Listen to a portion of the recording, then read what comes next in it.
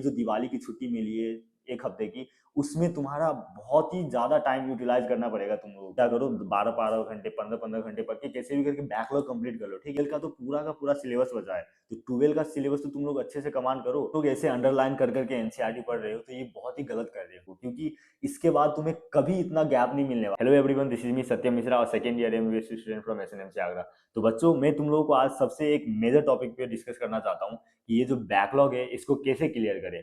क्योंकि तुम लोगों में से बहुत सारे बच्चे अभी जो ये नीट 2026 दे रहे हैं, उनमें से बहुत सारे बच्चे तो ड्रॉपर है, ऑब्वियस सी बात है। तो तुम लोगों ने, ऐसा नहीं है कि तुम लोग ड्रॉपर हो इसका मतलब पिछले साल पढ़ाई नहीं करा था। तुम लोगों ने पिछले साल अच्छे से पढ़ाई करी थी, मेहनत करी थी, फिर भी तुम लोगों का कुछ मार्क की वजह से या फिर कुछ गलतियों की वजह से सिलेक्शन नहीं हो पाया।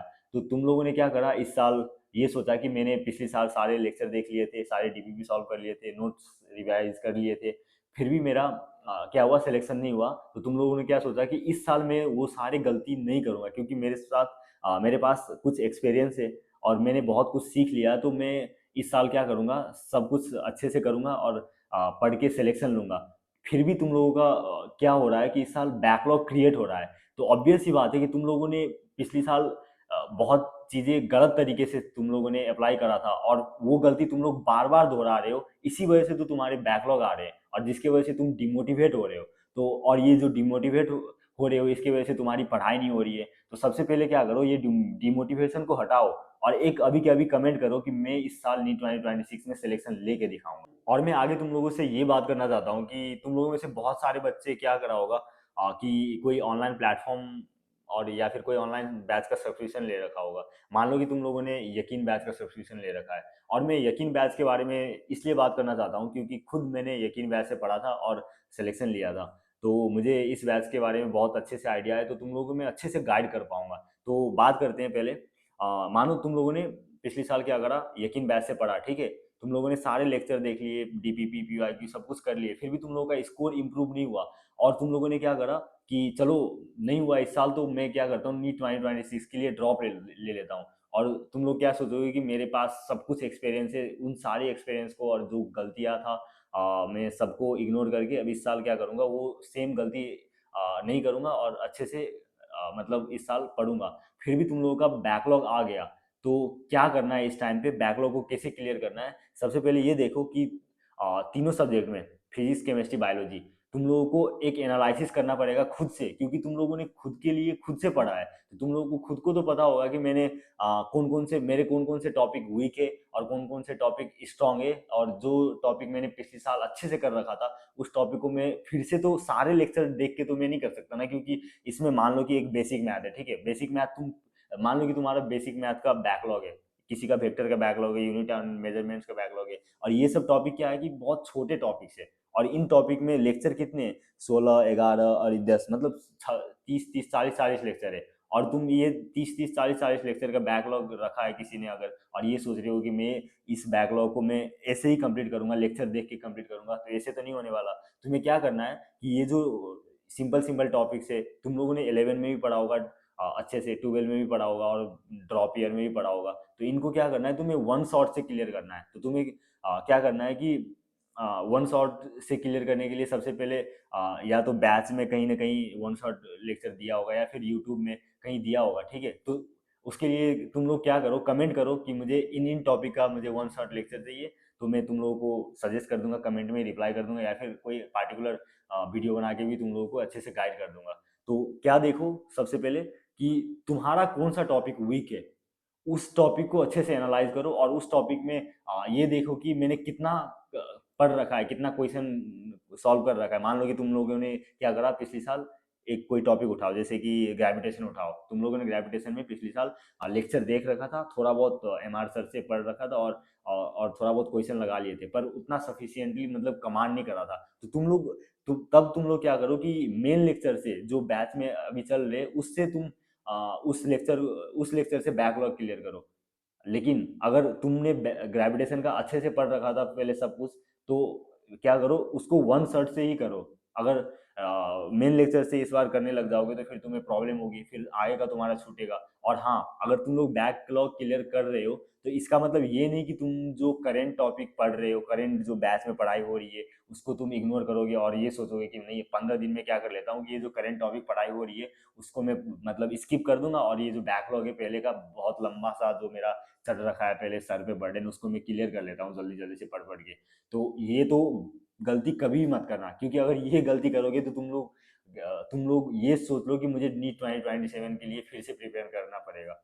क्योंकि ये जो कॉमन मिस्टेक है ड्रॉप ईयर में बच्चे करते हैं कि जो रेगुलर बैचेज में पढ़ाई होती रहती है चीज़ें उसको इग्नोर करके बैकलॉग के लिए मतलब इफोर्ट डालने लग जाते हैं। इसमें ना पीछे का क्लियर हो पाता है ना आगे का क्लियर हो पाता है, इससे बहुत ही मतलब बेकार चला जाता है प्रिपरेशन। तो अभी मैंने फिजिक्स का थोड़ा एनालिसिस बताया, वैसे ही बायोलॉजी और केमिस्ट्री का भी क्या करना है, जो जो टॉपिक तुम्हें अच्छे से कमांड है उसको तो मतलब बिल्कुल ही मेन लेक्चर से देखना ही नहीं है। अगर तुम मेन लेक्चर से देख रहे हो तो फिर बहुत बड़ी गलती करोगे। अगर तुम लोग ऐसे अंडरलाइन कर करके एनसीईआरटी पढ़ रहे हो तो ये बहुत ही गलत कर रहे हो, क्योंकि ऐसे एनसीईआरटी नहीं पढ़ी जाती। और हाँ, एनसीईआरटी कैसे पढ़नी है बायोलॉजी की मैं तुम लोगों को एक अच्छे से डिटेल वीडियो बना के बताऊंगा और उसके लिए सब्सक्राइब कर लो। तो मैं लास्ट में तुम लोगों को ये समराइज कर देता हूँ कि ये फिजिक्स केमिस्ट्री बायोलॉजी तीनों के लिए कैसे बैकलॉग क्लियर करना है। सबसे पहले क्या करो, तुम एक एनालिसिस करो कि कौन कौन से मेरे टॉपिक वीक है जो मैंने पिछले साल नहीं करी थी, अच्छे से क्वेश्चन प्रैक्टिस नहीं करी थी, डीपीपी नहीं करी थी, तो उसको तुम क्या करो एक नोटबुक में नोट करो या फिर तुम कमेंट करो, ठीक है। और उस टॉपिक को क्या करो, उस टॉपिक को तुम्हें बिल्कुल ही अगर कॉन्सेप्ट नहीं आ रहे तो तुम उसको सिर्फ उसको मेन लेक्चर से मतलब रिवाइज करो और लेक्चर देखो। और कुछ कुछ टॉपिक जैसे बायो की है उस टॉपिक को तो तुम 2x पे भी देख सकते हो, 2.5x पे भी देख सकते हो। और बहुत सारे लोग कमेंट करेंगे और टीचर्स भी ये बोलेंगे कि नहीं 2x पे लेक्चर्स नहीं देखना चाहिए।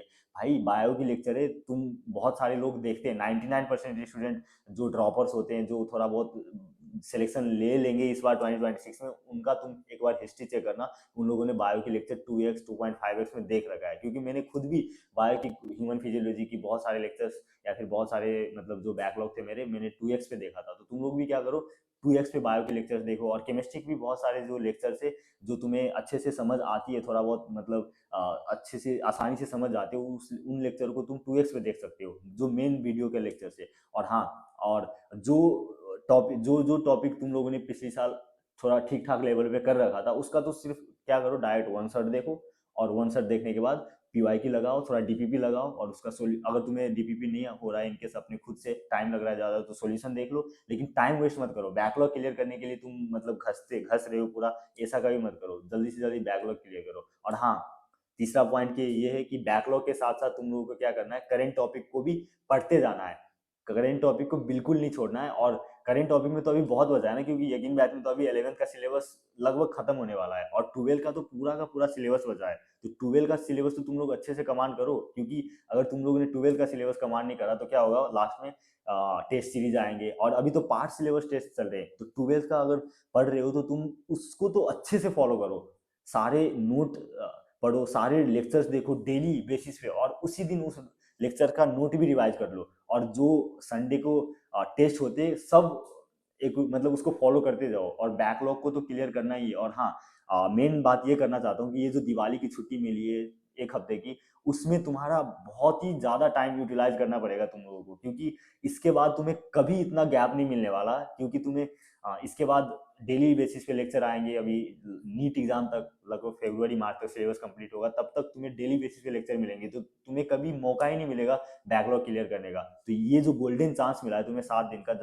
जिसमें तुम्हें लेक्चर नहीं मिलेंगे यकीन बैच में, तो उसमें तुम बहुत सारे तुम लोग क्या करो 12-12 घंटे 15-15 घंटे पढ़ के कैसे भी करके बैकलॉग कंप्लीट कर लो, ठीक है। और फिर उसके बाद जो बैच में लेक्चर देना स्टार्ट करेंगे 23-24 तारीख के, जितना भी डेट देख लेना अपना, तो उस दिन से तुम अपना रेगुलर बेसिस पे सारे लेक्चर देखते जाना और उसको फॉलो करते जाना। तो मैंने तुम लोगों को ओवरऑल ये बता दिया कि फिजिक्स केमिस्ट्री और बायोलॉजी तीनों का कंबाइनली कैसे बैकलॉग क्लियर करना है। पर अगर तुम लोगों को डिटेल में एक वीडियो चाहिए कि तीनों सब्जेक्ट का सेपरेटली कैसे बैकलॉग क्लियर करना है, कौन सा लॉन्ग वीडियो देखना है, कौन सा वन शॉट में देखना है, तो तुम लोग कमेंट करके बताओ, मैं तुम लोगों को एक डिटेल वीडियो अपलोड करके बता दूंगा। तब तक तुम लोग पढ़ते रहो अच्छे से। और ये जो दिवाली का छुट्टी है इसको यूटिलाइज करो, क्योंकि ये गोल्डन चांस है, तुम्हें ये चांस कभी नहीं आने वाला और तुम बाद में पछताओगे भी अगर इसको यूटिलाइज नहीं करा तो अच्छे से पढ़ो। Best of luck.